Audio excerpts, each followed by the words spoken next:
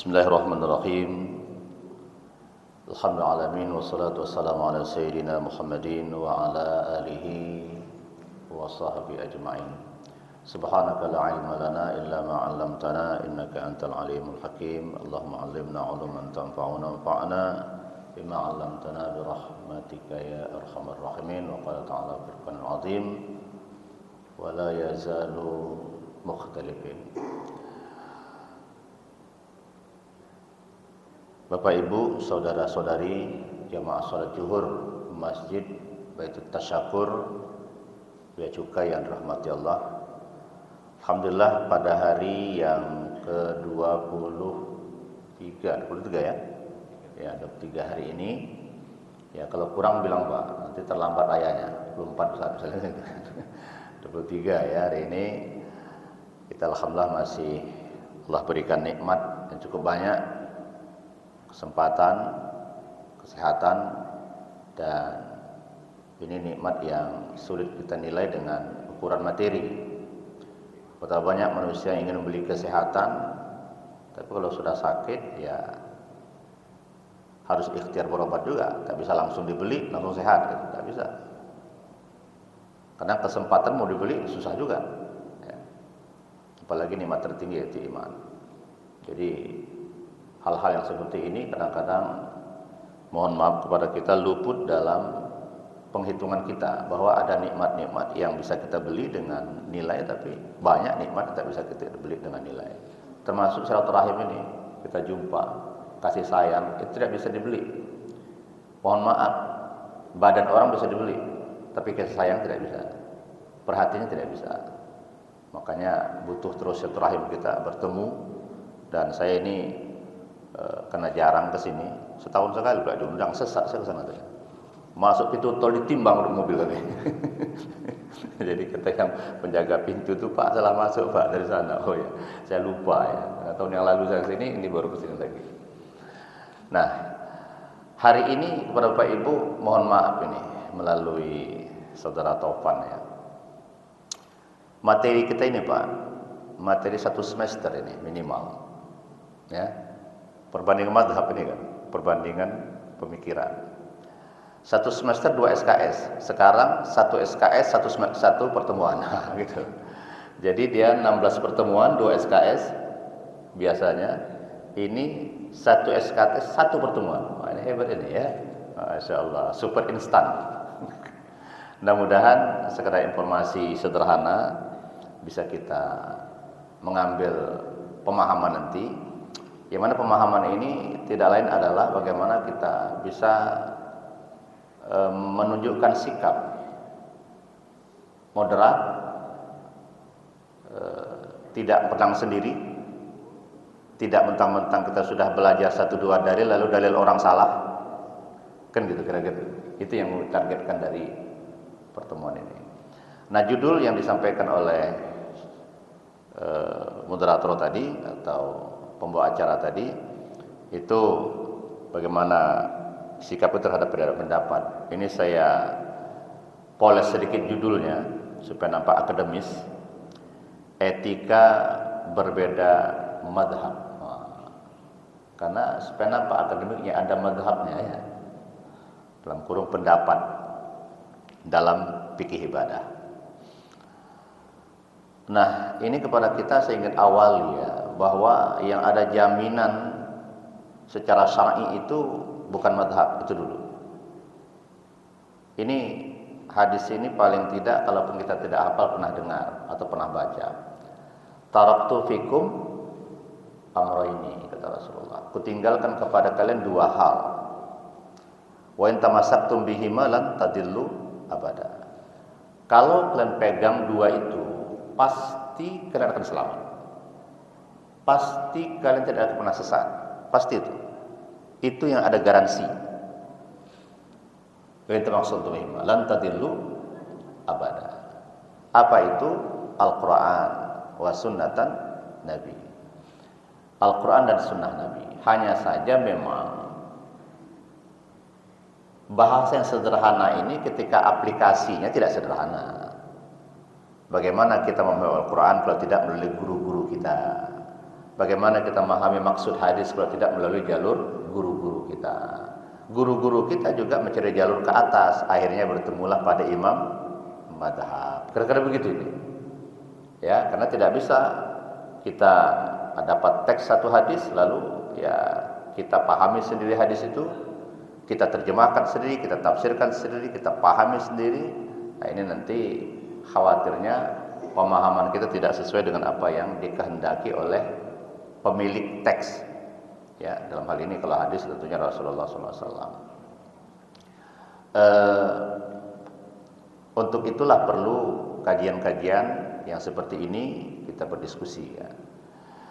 Baik, Bapak Ibu, kita lanjutkan. Ada slide atau bahan saya buat ini nanti melalui telepon. Kalau memang dipandang perlu, ini bisa saya lanjutkan ke WA ya. Nah, mengenai mazhab sudah tahu, sudah di awal itu saya sebutkan ya, pendapat. Mazhab itu ya pendapat para imam, para ulama terdahulu ketika memahami sebuah teks. Ya, kalau kita lihat pada surah An-Nisa ayat 6 lah misalnya. Itu bicara tentang wudu dan hal-hal yang membatalkan wudu. A'udzubillahi minasyaitonir rajim. Bismillahirrahmanirrahim. Idza qumtum ila shalah faghsilu wujuhakum wa aydiyakum ilal marafiq. Selesailah tentang ayat bicara tentang teknis wudu. Baru ayat berikutnya atau sambungannya itu mengatakan wa in kuntum marada aw 'ala safar. Apabila kamu sakit atau dalam perjalanan, atau ja'ahdukum minal ghaid, atau baru keluar dari tempat buang air, aw lamastumun nisa, atau kamu menyentuh perempuan. Lamasa ini, nah jadi perdebatan. Nyentuh perempuannya, nyentuh secara mutlak, nyentuh dengan syahwat, atau nyentuh dalam makna hubungan suami istri. Nah, itu kan pemahaman. Kan gitu dia. Nah, ini maka saya katakan tadi tidak bisa kita baca Quran, oh langsung kita ambil. Butuh fitur-fitur keilmuan lain lah untuk bisa memahami itu kira-kira gitu. Nah, akhirnya terjadi 3 pendapat dalam memahami lamasa itu saja. Ya, lamastumun nisa itu. Atau kamu menyentuh perempuan maka batal wudu'mu. Lamasa dalam bahasa Imam Syafi'i ya udah nyentuh mutlak. Dan Az-Zahiri lebih parah lagi. Kalau Imam Syafi'i mengatakan menyentuh secara mutlak perempuan yang sudah baligh dan bukan mahram. Kalau Daud Az-Zahiri, bayi sekalipun asal dia perempuan bukan satu jenis, batal itu. Karena ayatnya mengatakan begitu kan. Menyentuh perempuan, bayi yang umur setengah tahun pun kita sentuh, batal untuk kita. Mengapa? Karena kata Daud Az-Zahiri, ya teksnya begitu. Kau lihat jenis kelaminnya, laki-laki itu perempuan, perempuan. Kalau laki-laki enggak, aku laki-laki, dia perempuan, dia perempuan. Udah, ayat mengatakan begitu, udah kau ikut aja. Batal untukmu, kira-kira begitu. Nah, kalau Imam Syafi'i kan baligh ya. Ke Imam Malik harus ada syahwat, ada sir. Gitu nyentuh, redek, nah, ada gregetnya. Nah, itu baru batal. Imam Hanafi mengatakan hubungan suami istri. Kalau kawan saya mengatakan begini, nah, ini kawan saya ini unik, kawan ya. Ayatnya apa tuh Ustaz? Aula mastumun nisa, atau kau menyentuh perempuan. Ustaz, bahasa kita kan ada lemas. Lemas, apa tuh lemas? Kata dia, ya lemas itu ya kekurangan tenaga, ya itulah dia. Kau lemas gara-gara perempuan itu, batal wudu. Jadi dia memaknakan ini, kawan saya lucu ini ya. Dia mengatakan bahwa hubungan suami istri baru batal wudu dari kata lemas itu katanya. Tapi itu tidak jadi pegangan karena bukan ulama mazhab ya. Nah, hal seperti ini saya katakan tadi perlu lebih lanjut keilmuan kita, tidak cukup hanya kita ada teks kita pahami sendiri ya. Baik, selanjutnya apa yang menyebabkan ulama kita berbeda pendapat? Ini ada sebab-sebab ya. Dalam catatan Muhammad Quturebek dalam kitab Tarikh At-Tashri' yang cukup populer di kalangan kalau mahasiswa fakultas syariah, saya kira kalau tak kenal buku ini dicurigai dia foto syariah atau bukan. Kira-kira begitu. Saking populernya buku Muhammad Hudrebek ini, Tarikh At-Tashri' Al-Islami, Tarikh Tashri' Islami. Jadi kata beliau ada 3 penyebab itu. Pertama, disebabkan perbedaan dalam memahami lafaz yang sebutkan tadi kan, lafaz An-Nisa ayat 6 itu. Karena berbeda memahami lafaz ini terjadi perbedaan. Yang kedua terjadi perbedaan pendapat akhirnya nanti karena pemahaman terhadap hadis. Paling dekat kepada kita apa yang kita rasakan pada bulan Ramadan ini. Di sini 11 rakaat, sana 3 rakaat, ada masjid lain 40 rakaat. Itu pemahaman teks hadis kan? Hadis Aisyah mengatakan bahwa maka Rasulullah SAW yazidu, bahwa Rasulullah SAW itu tidaklah menambah fi Ramadan wa fi ghairihi, apakah di bulan Ramadan apa di luar bulan Ramadan, ala 11 rakaatan, lebih dari 11 rakaat. Itu hadis Aisyah. Tapi perbuatan Umar bin Khattab yang memerintah kepada Ubay bin Ka'ab untuk mengimami salat bulan Ramadan 20 rakaat. Dan Umar bin Khattab dari penelusuran hadis, boleh tidak kita ikuti perbuatan Umar? Kan boleh. Kata Rasulullah ada 2 hadis tentang itu. Kata Rasul yang pertama, alaikum bisunnati, berpegang teguhlah engkau kepada sunnahku, wa sunnata khulafar rasyidin min ba'di, dan sunnah khulafar rasyidin setelah aku, yang 4 itu. Adu alaiha bin nawajiz, pegang sunnahku dan sunnah khulafar rasyidin itu bin nawajiz, dengan gigi geraham, pegang dengan kuat. 1. Yang kedua kata Rasulullah, ashabi kan nujum, sahabat-sahabat itu seperti bintang yang terang benderang. Bi ayyihim iqtadaitum ihtadaitum, siapa saja yang kau jadikan pedoman dalam hidupmu, dalam ibadahmu, di antara temanku itu, kata Rasulullah, kau pasti mendapat petunjuk untuk itu. Nah, ini lagi-lagi bahwa Rasulullah menggaransi sahabat-sahabatnya ini bisa jadikan pedoman dalam persoalan ibadah ataupun di luar ibadah. Selain memang Umar bin Khattab termasuk salah satu yang pernah ikut sholat bersama Rasulullah ketika Rasulullah melaksanakan sholat itu 10 salam di bulan Ramadan. Rasulullah pernah 2 kali ya sholat malam di bulan Ramadan menjelang akhir hidup beliau ya. Dan itu 10 salam, 20 rakaat. Itulah yang diperintah oleh Umar bin Khattab Umar bin Khattab kepada Ubay bin Ka'ab. Nah, perbedaan-perbedaan ini memunculkan perbedaan hadis ya. Hadis yang dipegang itu memunculkan perbedaan. Baru terakhir kata Muhammad Hudrebek, perbedaan itu disebabkan oleh metode. Nah, metode ini ada yang satu pakai kias, ada yang tidak. Metode-metode ijtihad ya. Ada yang kiasnya terlalu luas, ada yang sangat ketat, ada yang menggunakan ya uruf, ada sejarah dan lain-lain lah, metode-metode ijtihad yang ada. Nah, baru saya masuk pesan ya.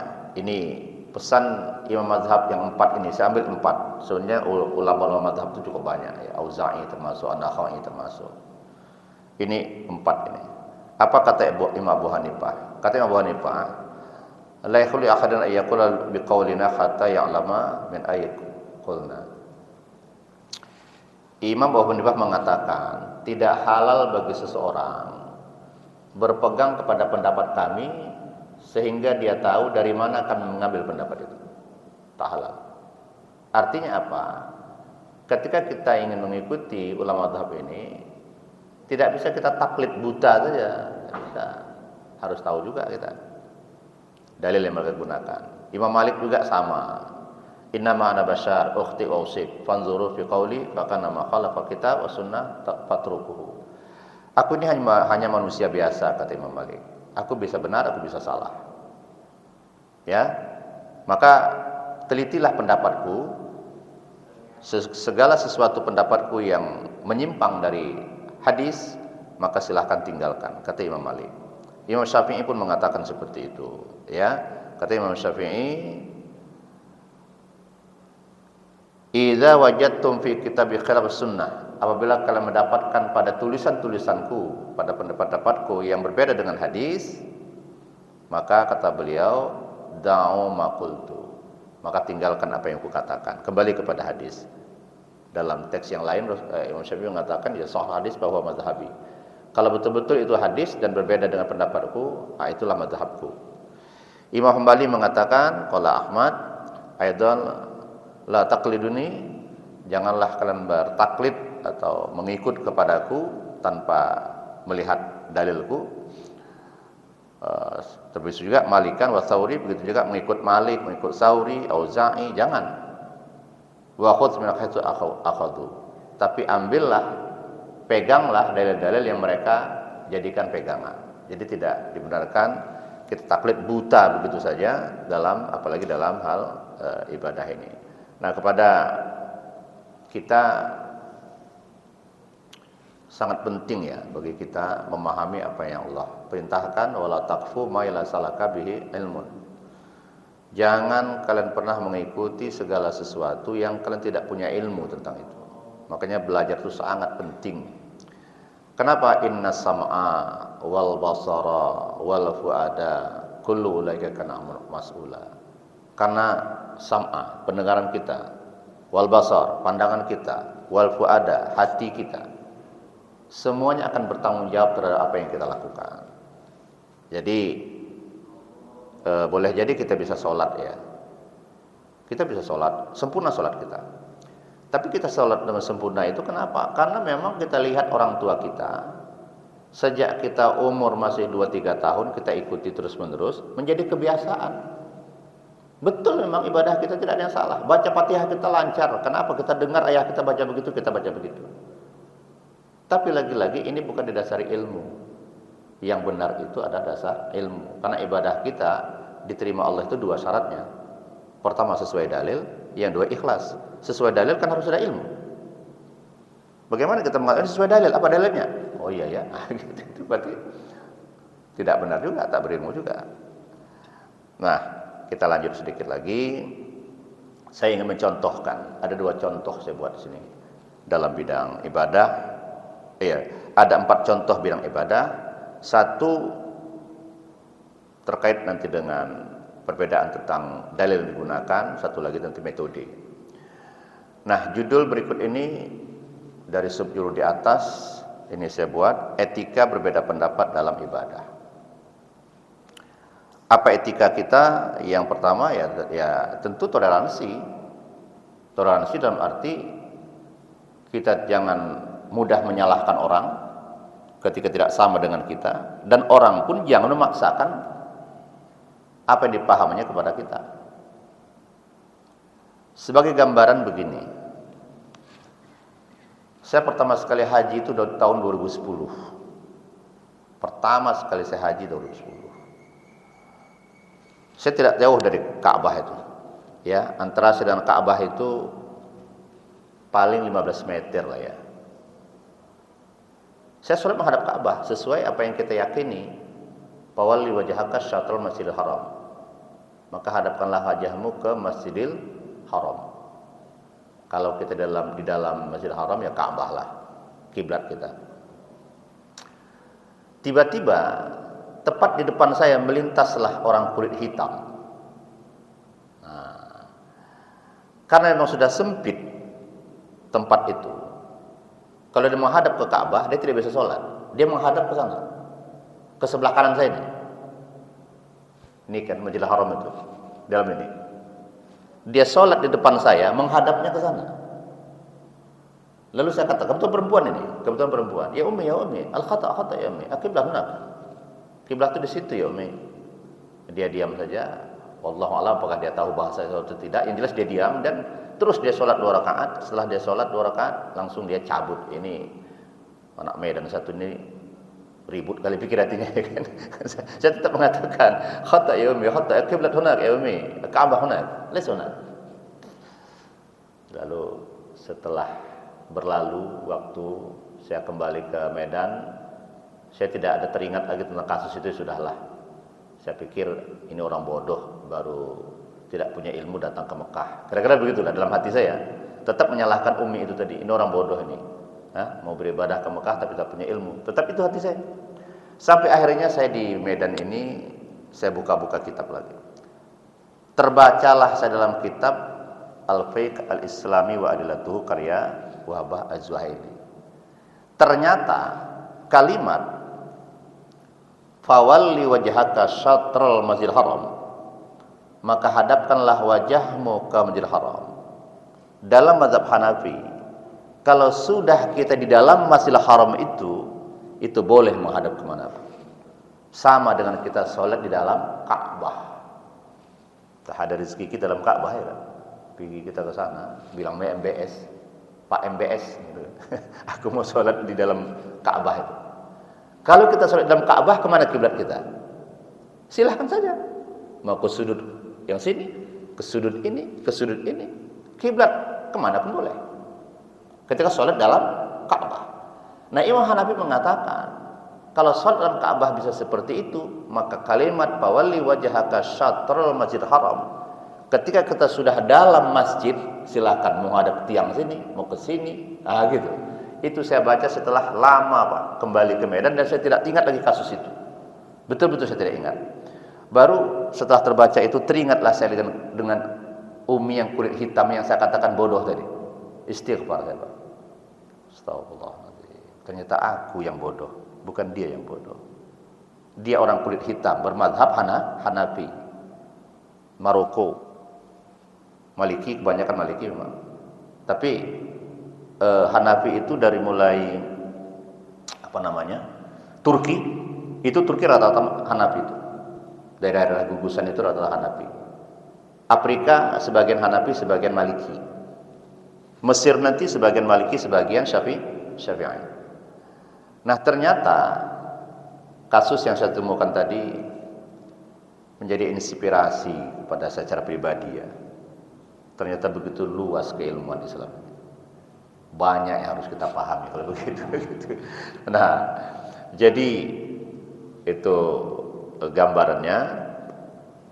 Nah, etika ini tadi setelah kita toleransi, tidak memaksakan pendapat kehendak kita. Ini saya contohkan begini, ada dua ya yang saya buat di sini ya. Pertama, tayamum.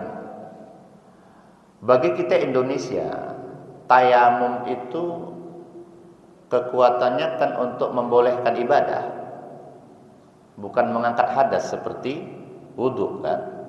Wudhu, kita wudhu mau sholat zuhur, kalau belum batal sholat asar, wudhu yang zuhur menjelang zuhur tadi kan masih boleh, sampai maghrib masih boleh kan begitu. Tapi kalau tayamum kan tidak, ya kan gitu. Kita tayamum untuk sholat zuhur, nanti habis sholat zuhur kita mau sholat asar, tayamum lagi kan begitu. Kekuatannya hanya untuk membolehkan, bukan mengangkat hadas, membersihkan hadas dari kita. Itu yang kita pelajari di Indonesia dan umumnya Asia Tenggara, Malaysia, Indonesia, Thailand, Singapura. Nah, tapi dalam mazhab Maliki dan Hanafi itu mengangkat. Makanya karena dia mengangkat hadas, sama dengan posisi wudhu. Nah, apa dalil yang mereka gunakan dalam mazhab Hanafi ini? Sama yang digunakan juga dari Imam Syafi'i sebetulnya. Al-Maidah ayat 6 tadi ya saya katakan. Pada Al-Maidah ayat 6 itu yang kita awali dari kata wa in kuntum mardu ala safar tadi, apabila kamu sakit atau dalam perjalanan atau baru keluar dari tempat buang air atau kamu menyentuh perempuan, falam tajidu ma'a, lalu kamu tidak dapatkan air, fatayammamu sha'idan thayyiban, maka silahkan kamu tayamum. Nah, di ujung ayat itu ada ungkapan ma yuridullahu liyaj'alaikum min haraj. Allah tidak menghendaki kesulitan bagimu. Kalau harus mencari air kan tidak ada air, atau sulit menggunakan air kan menyulitkan. Nah, walaki yuriyutahhirukum. Tapi Allah ingin mensucikan kamu dengan debu itu. Nah, kata mensucikan itu sama dengan ketika Allah menggunakan kata mensucikan itu untuk media air. Wa in kuntum junuban fatahharu. Apabila kamu junub, ya bersucilah. Kata taharu itu digunakan untuk bersuci dengan air dan juga digunakan untuk bersuci dengan media debu dalam hal tayamum. Nah, kata Imam Hanafi, ya fungsinya sama kalau begitu.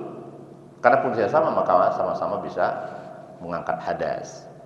Nah, jadi kalau menurut Syafi'i, mazhab Syafi'i itu menyatakan sekedar untuk membolehkan, karena ada hadis. Selain itu tadi ada hadis, yaitu dipakai memang, tapi ada hadis yang saya katakan mereduksi, menurunkan dari penjelasan bahwa dia bisa mensucikan sebagaimana debu itu bisa mensucikan sebagaimana air, tapi dia mereduksi atau menurunkan tingkat pensucian itu menjadi hanya membolehkan dengan hadis berikut ini, riwayat Baihaqi ya. Ini begini. Ada sebuah kasus ya, An Imran bin Husain, bahwa Rasulullah melihat ada seseorang laki-laki yang tidak sholat bersama beliau, sahabat lainnya, tak sholat bersama beliau. Lalu Rasulullah ditanya, mengapa kau tak sholat tadi bersama kami? Kata beliau, kata laki-laki ini atau kata sahabat ini, qala ya Rasulullah, asabatni janabah wala ma. Ya Rasulullah, aku ini sedang junub, aku sedang hadas besar ya Allah, ya Rasulullah. Wala ma, dan aku tidak dapat air. Ini junub nih ya, bukan hadas kecil nih. Ini junub, sedang hadas besar dan tidak ada air.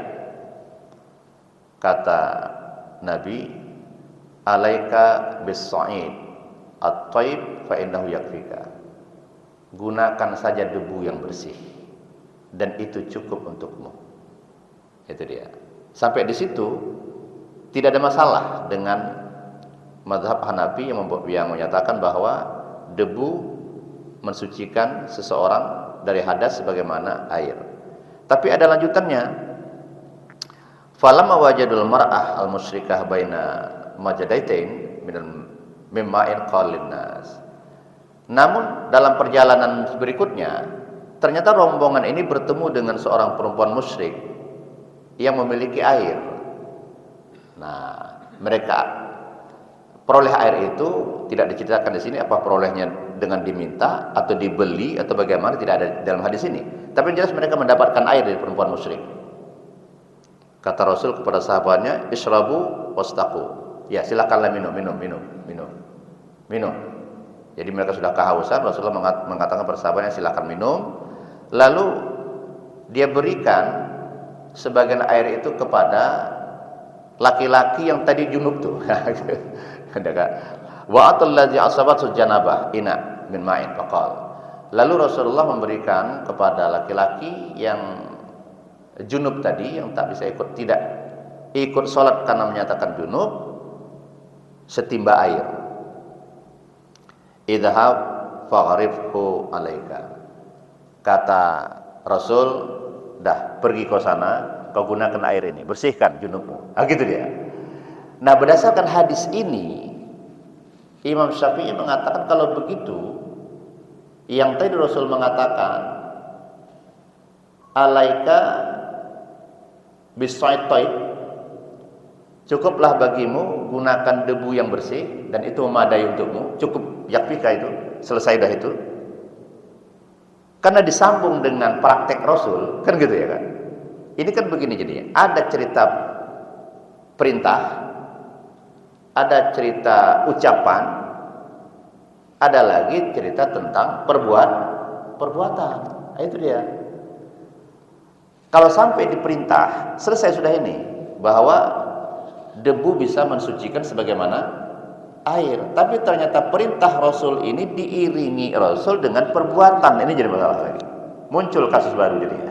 Kalau tak diiringi dengan perbuatan tidak muncul kasus ini. Tapi perbuatan diiringi apa? Ini ada air, kata Rasul kepada yang junub tadi, pergi kau sana, udah. Kalau bahasa kita mandi kau situ. Dikasih satu bejana air. Nah, inilah yang dipahami oleh Imam Hanafi. Kalau begitu, kalau Rasulullah nyuruh dia mandi, berarti hadasnya belum terangkat dengan tayamum tadi. Nah, gitu kira-kira ini.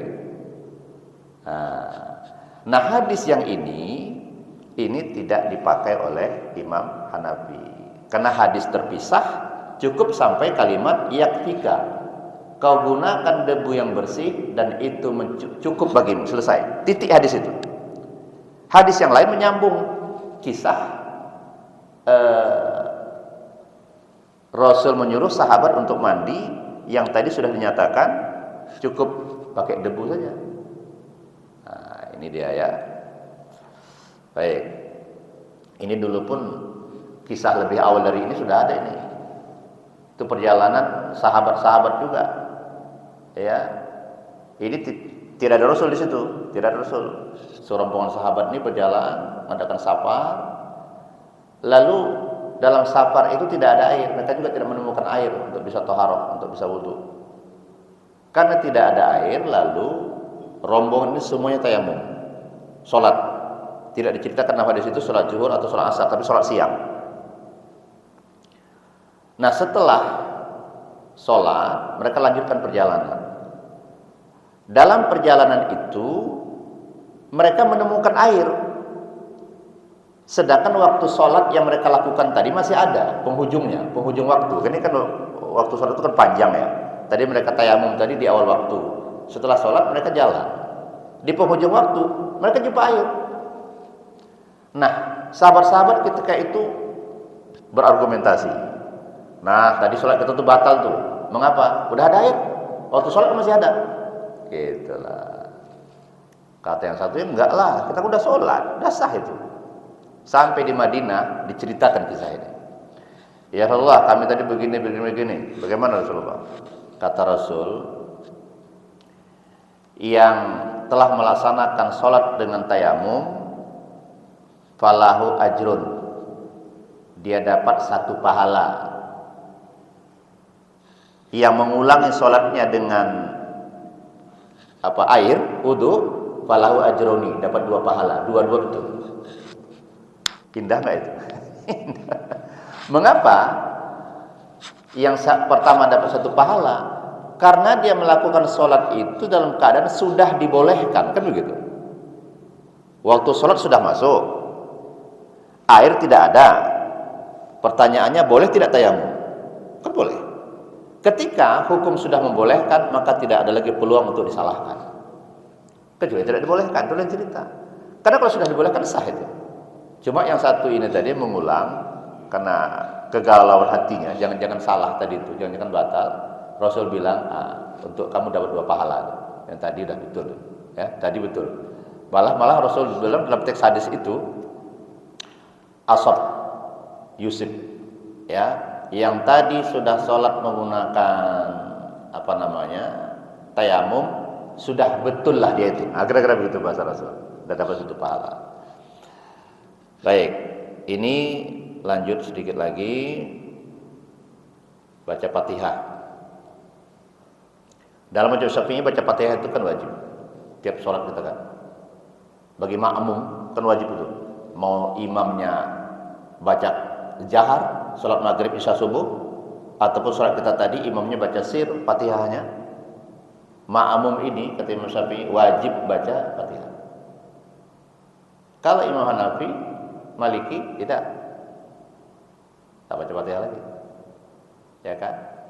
Jadi mangkana lahu imam fa qiraatul imam lahul qiraah, itu hadisnya. Barang siapa yang berjamaah bersama imam, maka bacaan imam itu menjadi bacaan makmum. Hadis ini dipegang oleh Abu Hanifah. Hadis lain, Rasul mengatakan, la sholata liman lam yaqra bi Fatihatil kitab. Tidak ada sholat bagi orang yang tidak membaca kitab atau Fatihah. Apa kita menghadapi tentang la sholata ini? Bukan dia tidak tahu hadis itu. La sholata itu la yatimmus sholah, hanya tak sempurna saja, bukan tak sah. Sama dengan hadis la sholata li jaril masjid illa fil masjid, tidak ada sholat bagi orang yang bertetangga dengan masjid kecuali di masjid.